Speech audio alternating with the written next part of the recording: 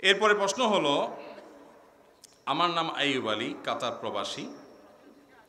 আমি প্রবাসে থাকা অবস্থায় আমার জমানো সকল অর্থ দিয়ে আমার মায়ের নামে আমানত হিসেবে জমি ক্রয় করি।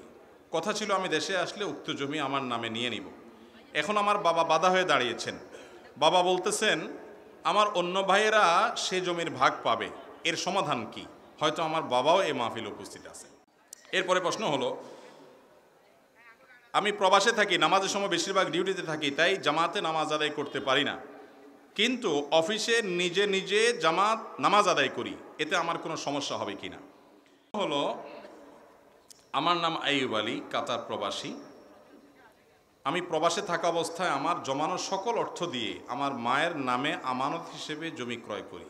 কথা ছিল আমি দেশে আসলে উক্ত জমি আমার নামে নিয়ে নিব। এখন আমার বাবা বাধা হয়ে দাঁড়িয়েছেন। বাবা বলতেছেন আমার অন্য ভাইয়েরা সে জমির ভাগ পাবে, এর সমাধান কি? হয়তো আমার বাবাও এই মাহফিলে উপস্থিত আছে। বাহ, মাশাআল্লাহ। এ ভাই কাতার প্রবাসী, ওনার প্রশ্নটা খুব গুরুত্বপূর্ণ। আমি সব সময় আমাদের প্রবাসী ভাইদেরকে একটা কথা বলি, ভাই আল্লাহর ওয়াস্তে দুনিয়া করার ক্ষেত্রে একটু চোখ কান খোলা করে করবেন। যদি না করেন বেশি ভালো শাস্তে যাবেন। লেনদেন করতে হয় একেবারে ক্লিয়ার কাট। তাআমালু কাল আজানিব ওয়া তাআশারু কাল আকারিব। আরবিতে একটা প্রবাদ আছে, টাকা পয়সার লেনদেন করার সময় বাপের সাথে করতেছো না বউয়ের সাথে করতেছো না ভাইয়ের সাথে করতেছো, এসব হিসাব মাথায় রাখবা না। মনে করবা যে অচেনা মানুষের সাথে করতেছো, সেভাবে করবা, তাহলে সম্পর্ক ভালো থাকবে। আর এমনি আচার আচরণ করার ক্ষেত্রে অচেনা মানুষের সাথেও আচার আচরণ এরকম করবা যেন তোমার আপনজন, সে ব্যবহারটা সেরকম করবা, এটাই ইসলামের নির্দেশ। কিন্তু আমরা কি করি?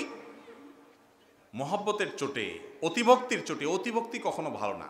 অতিভক্তির চোটে বিশেষ করে প্রবাসী ভাইরা দেখে বিদেশে যাওয়ার পরে সব টাকা পয়সা বাপের নামে পাঠায়, সব টাকা পয়সা মায়ের নামে পাঠায়, সব টাকা পয়সা ভাইয়ের নামে পাঠায়, দোস্তের নামে পাঠায়, এমনকি বউয়ের নামে পাঠায়। এরপরে দেখা যায় টাকা মোটামুটি যখন গোলায় অনেকগুলো হয়, বাপে জমি কেনার সময় নিজের নামে কিনে। এবার পোলাপান যেগুলো দেশে চা দোকানে বসে টোটো করে ঘুরে বেড়াইছে, জমির ভাগ ওইগুলোও পায় বৈশা বৈশা অটো। ঠিক না? ঠিক। আবার বইয়ের যা দেখা যায়, সব বউ তো একরকম না। কিছু কিছু মহিলা আছে যে টাকা পয়সা অনেক হওয়ার পরে চিন্তা করে এই বেটার ঘর করার তো কোনো যুক্তি নেই, এতগুলো পয়সা হয়ে গেছে, আমি তো এখন জগৎটা দেখতে পারি, টাকা নিয়ে পালা আছে না? না, এগুলা ভাইয়ের নামে টাকা পাঠায়। প্রবাসীরা একটু বেচারারা সহজ সরলই হয়। বিদেশে থাকতে থাকতে দেশের মানুষের চিটারি বাটপারি এগুলো ভুলে যায়।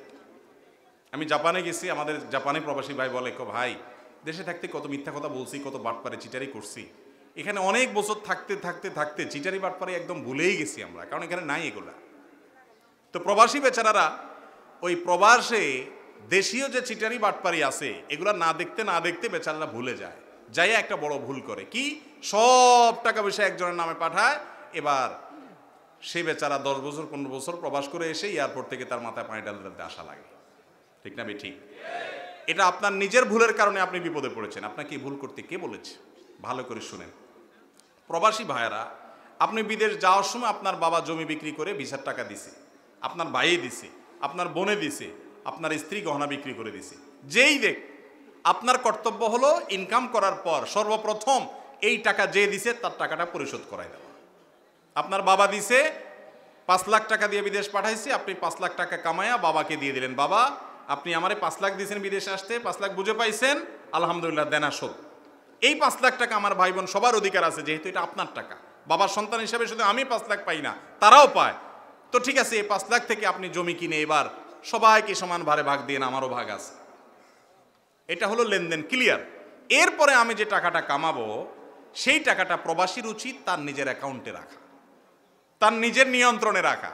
সেখান থেকে বাপ মাকে তাদের খরচের টাকা দিবেন, যা লাগে তা দিবেন, সাধ্য আছে, আল্লাহ আপনাকে তৌফিক দিছে, তারা যেন ভালোভাবে চলতে পারে দিবেন।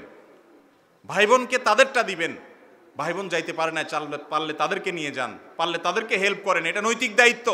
আপনাকে প্রথম বাপে পাঠাইছে, এখন অন্যদের হাত ধরে টানেন, এটা আপনার কর্তব্য, আপনি করেন।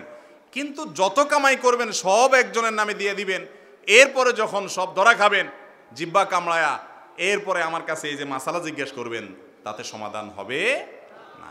আপনার বাপ যদি এখানে থেকে থাকে, চাচা মিয়ার না আমি আজকে বুঝাই নিলাম, কিন্তু কয়জন চাচারা আমি বুঝাইতে পাবো?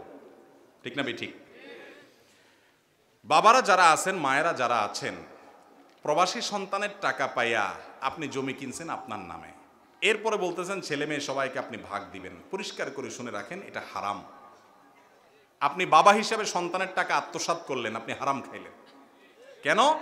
কারণ এই সম্পদটা সে কামাই করেছে, তার ভাইয়েরা কামাই করে নাই, বোনেরা কামাই করে নাই। ভাইয়ের উচিত বোনদেরকে, ভাইদেরকে খেয়াল করা, হাদিয়া তোফা দেওয়া, উপকার করা, পুঁজি দেওয়া, বিদেশ নেওয়ার চেষ্টা করা, সেটা আরেক জিনিস। আপনি জবরদস্তি তার কামাই করা টাকা দিয়ে জমি কিনে এবার সব ছেলে মেয়েরে ভাগ দিবেন, তারা তো কামাই করে নাই, কিসের ভিত্তিতে তারা ভাগ পাবে? এটা হারাম। কিন্তু অনেক মা বাপ এই হারাম কাজটা করে টের পায় না, মনে করতেছেন ছেলেরটাই তো, আমারটাই তো, আমারটাই তো, ছেলেরটাই তো। না, অ্যাকাউন্ট প্রত্যেকের আলাদা আলাদা। এক সন্তানের সম্পদ আপনি অন্য সন্তানকে দিয়ে দিবেন, এই অধিকার ইসলাম আপনাকে দেয় নাই। আল্লাহ তাআলা কোরআনে কারীমে বলেছেন, লা তাকুলু আমওয়ালাকুম বাইনাকুম বিল বাতিল, অন্যায়ভাবে একে অন্যের সম্পদ খাইও না, তোমরা ভোগ করো না। এটা খাওয়া মানে আগুন ঢুকানো। বাবা মারা এই পাপটা থেকে বেঁচে থাকবেন যাদের ছেলেমেয়েরা প্রবাসী আছেন। আর প্রবাসীদের কর্তব্য হলো এই ভুলটা না করা, সব বাপের নামে দিবেন না। এটাতে মুশকিল হলো আমাদের বাপ মারা তো বেবুজা বেশিরভাগ, তারা মনে কষ্ট পাবেন, বলবে যে ছেলে বিদেশ যায়া এখন আমাদেরকে ভুলে গেছে, যার কারণে সে এখন নিজের নামে সব কিছু করতেছে। এই ভুলটা বাপ মারা বুঝে কি বুঝে না? এই ভুলটা বুঝলেও বুঝুক, এক সময় তারা ঠিকটা বুঝবে। আপনাকে যদি তারা ভুল বুঝে, তার জন্য আপনার গুনাহ হবে না। আপনি নিজে ঠিক আছেন কিনা সেটা দেখেন। ইসলাম আপনাকে বলে নাই সব কামাই করে দিয়ে দাও। একটা হাদিসের ভুল ব্যাখ্যা অনেকে দেয়, আনতা ওয়া মালুকা লিয়াবিক। হাদিসে আসছে তুমি এবং তোমার সম্পদ সব তোমার বাপের। এর মানে এই না যে তোমার সন্তান, তোমার সম্পদ সব কিছুর মালিক বাপ, না। রাসূল সাল্লাল্লাহু আলাইহি ওয়াসাল্লাম আনতা ওয়া মালুকা, তোমার সম্পদ, তার মানে মালিক তুমি। তোমার বাপের মানে হলো তোমার বাপ সেখান থেকে খরচের টাকা নিতে পারে, সে রাইট, অধিকার তার আছে। এর বেশি সবগুলো তিনি নেওয়ার অধিকার না। এই জন্য প্রবাসীরা এই ভুলটা করবেন না। জমি নিজের নামে কিনবেন, অ্যাকাউন্ট নিজেরটাতে রাখবেন, আর যাকে যা দেয়া দরকার সেটা দিবেন, সব দিয়া এরপর আপনি ধরা খাবেন, এই বোকামি করার উচিত নয়। এরপরে প্রশ্ন হলো, আমি প্রবাসে থাকি, নামাজের সময় বেশিরভাগ ডিউটিতে থাকি, তাই জামাতে নামাজ আদায় করতে পারি না, কিন্তু অফিসে নিজে নিজে নামাজ আদায় করি, এতে আমার কোনো সমস্যা হবে কিনা? দেখুন, যারা প্রবাসে থাকেন কিংবা দেশে থাকেন, এমন কোনো ডিউটি যদি করেন ডিউটির কারণে আপনি নামাজ পড়তে পারেন না, অথবা জামাতে আপনি নিয়মিত নামাজ পড়তে পারেন না, এই ডিউটি পরিবর্তন করা আপনার জন্য ওয়াজিব। কারণ একজন মুসলমানের জীবনে নামাজের চাইতে গুরুত্বপূর্ণ কোনো বিষয়, আপনার জীবন রক্ষা করা যেরকম ফরজ, নামাজ পড়াটা সেরকম ফরজ। একটা ছোট্ট এক্সাম্পল দিই। আপনাকে আমি একটা চাকরির অফার করলাম, বললাম ভাই একটা চাকরি দেব, 1 লাখ টাকা বেতন পাবেন। কি করতে হবে? ডিউটির সময় নিঃশ্বাসটা বন্ধ করে রাখতে হবে। আপনি চাকরি করবেন? আরে আমার জীবনে যদি না থাকে তোমার এই টাকা দিয়ে কি করবো আমি? ঠিক না ঠিক? একজন মুসলমান নামাজটাকে সেরকম গুরুত্বপূর্ণ মনে করতে হবে যে আমার নামাজে যদি পড়তে না পারি তাহলে তো আমার ইমান নিয়ে টানাটানি হবে জীবনের মতো, তাহলে আমার চাকরি দিয়ে কি হবে? এই চাকরি পরিবর্তন করতে হবে, কম বেতনের হোক, কম সুবিধার হোক, প্রয়োজনে ছেড়ে চলে আসা হোক, আমাকে আসতে হবে। রিজিকের মালিক আল্লাহ তাআলা, আল্লাহ তাআলা না খাওয়ায় মারবেন না। কুকুর শুকুরে যদি আল্লাহ খাওয়ান, আল্লাহর প্রতি অবিশ্বাসী কাফেরকে যদি আল্লাহ খাওয়ান, তো আপনি একজন বিশ্বাসী বান্দা, আল্লাহ না খাওয়ায় মারবেন না। এই বিশ্বাস আল্লাহর প্রতি থাকবে।